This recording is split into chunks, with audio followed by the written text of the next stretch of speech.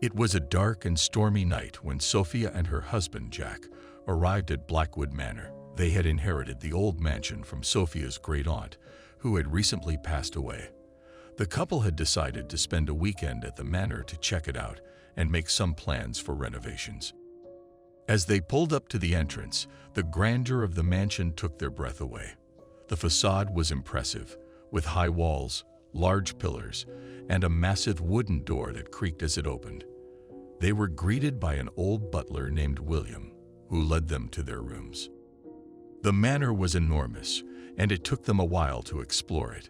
The rooms were full of old furniture, paintings, and dusty artifacts. Sophia loved antiques, and she was excited about the possibilities of the manor.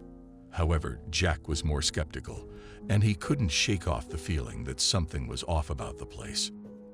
That night, as they lay in bed, the storm raging outside, Sophia heard strange noises coming from the attic. It sounded like footsteps, but when she woke up Jack, the sounds had stopped. They both shrugged it off, thinking it was just their imagination. Over the next few days, Sophia and Jack noticed strange things happening in the manor. Doors would open and close on their own, footsteps echoed in empty halls, and items would disappear only to reappear in strange places. Sophia would wake up in the middle of the night, feeling like she was being watched. One afternoon, as they were exploring the manor's gardens, they stumbled upon an old well. Sophia felt a chill run down her spine as she gazed into the dark, murky waters. Jack noticed something shiny at the bottom of the well and climbed down to retrieve it.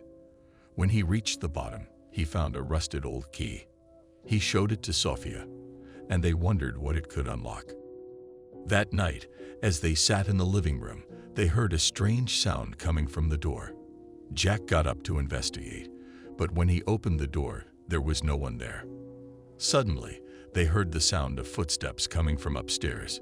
Jack went to investigate, but as he climbed the stairs, he felt an icy breeze brush past him.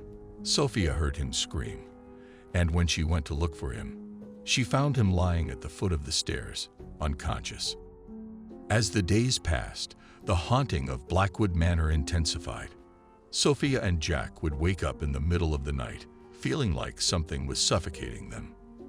They would find scratch marks on the walls, and Sophia's jewelry would go missing only to reappear in the strangest places. One night, as they were lying in bed, Sophia felt something touch her shoulder. She opened her eyes to find a pale, ghostly figure standing next to her bed. It was the apparition of a young girl, and she looked sad and scared. Sophia tried to talk to her, but the ghost disappeared before she could say anything. That same night, Sophia and Jack heard a strange noise coming from the attic. They decided to investigate, and as they climbed the stairs, they felt a powerful force pushing them back. Sophia felt like she was suffocating, and she couldn't breathe. Suddenly, the ghostly figure of the young girl appeared in front of them.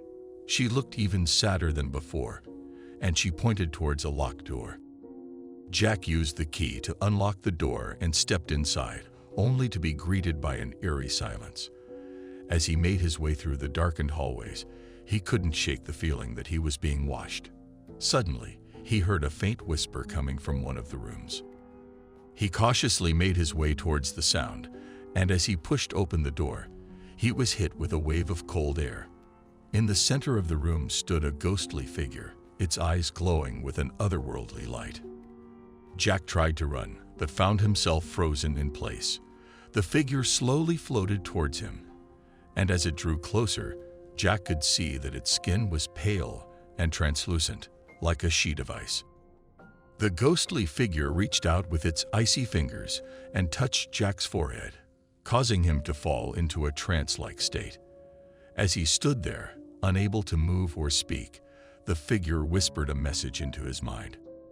"You have been chosen," it said. "You will help us complete our unfinished business." With those words, Jack felt a surge of energy coursing through his body, and he knew that he had no choice but to comply with the ghostly figure's wishes. Over the next few weeks, Jack became obsessed with the ghostly presence in the house. He spent every waking moment trying to decipher the message that had been whispered to him and searching for clues to the figure's identity. As he delved deeper into the mystery, Jack began to uncover a dark history that had been hidden for years. He learned that the ghostly figure was the spirit of a young woman who had been brutally murdered in the house many years ago and whose killer had never been brought to justice. Determined to help the spirit find peace, Jack began to investigate the murder. He combed through police records and old newspaper articles, interviewed witnesses and family members, and even consulted with psychics and paranormal investigators.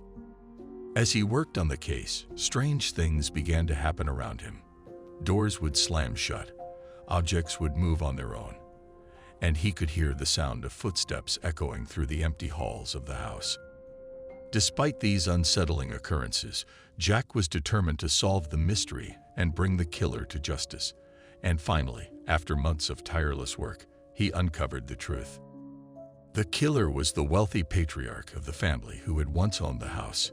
He had murdered the young woman in a fit of jealousy and had managed to cover up the crime with the help of his influential friends in the police department.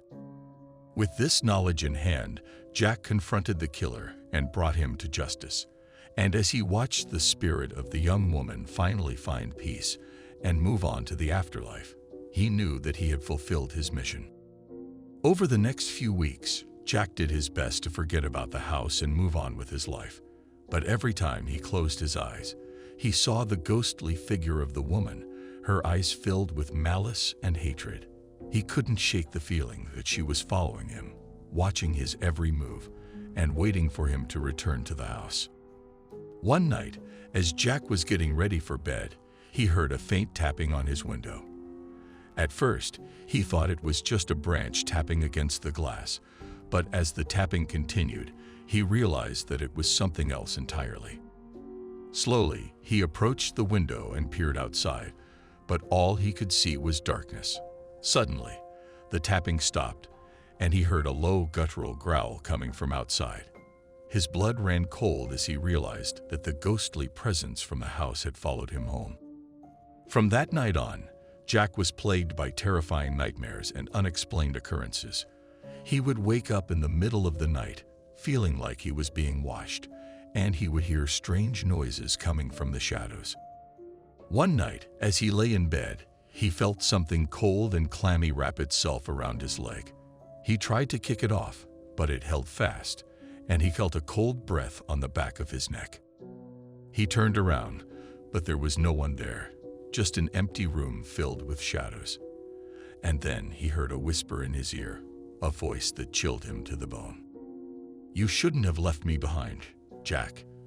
You should have stayed and helped me find what I was looking for. Now, I'm going to make sure you never leave me again." Jack tried to scream, but no sound came out. He was trapped, alone in the darkness with the ghostly presence from the house, and as the night wore on, he knew that he would never be free of her grasp. For years, the house remained empty, its windows boarded up, and its doors locked. No one dared to enter, not even the bravest of souls, and every now and then, someone would hear a faint tapping at their window, a cold breath on the back of their neck, or a whispered voice in the darkness. Some say that the ghostly presence of the woman still lingers in the house, waiting for someone brave enough to enter and help her find what she's looking for. Others say that she's moved on, taking her vengeance with her.